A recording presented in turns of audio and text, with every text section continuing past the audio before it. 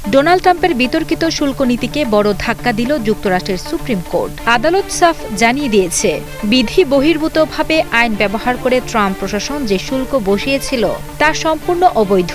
এই নীতির মাধ্যমে মেক্সিকো, চীন ও ভারত সহ বিভিন্ন দেশের উপর শুল্ক চাপিয়ে গত এক বছরে ১৩,০০০ কোটি ডলারের বেশি আয় করেছিল ওয়াশিংটন। আদালতের রায়ের পর এখন ওই বিপুল পরিমাণ অর্থ ফেরত পাওয়ার আশায় আইনি লড়াইয়ে নেমেছে হাজারো আন্তর্জাতিক সংস্থা।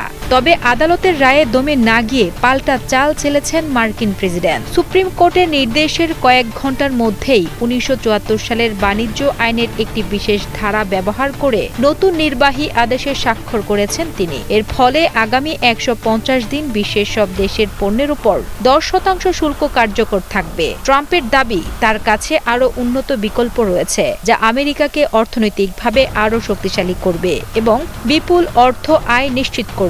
প্রেসিডেন্টের এই নতুন সিদ্ধান্তে বিশ্ববাজারে আবারও অস্থিরতা শুরু হয়েছে। একদিকে মার্কিন প্রশাসন নতুন নতুন আইনের মাধ্যমে শুল্ক বজায় রাখার চেষ্টা করছে, অন্যদিকে ভুক্তভোগী প্রতিষ্ঠানগুলো তাদের টাকা ফেরত পেতে নিম্ন আদালতের দ্বারস্থ হচ্ছে। বিশেষজ্ঞরা মনে করছেন, ট্রাম্পের এই অনড় অবস্থান শেষ পর্যন্ত বিশ্ব অর্থনীতিতে এক দীর্ঘমেয়াদী বাণিজ্য সংঘাতের জন্ম দিতে পারে, যার প্রভাব পড়বে সাধারণ ভোক্তাদের উপরও।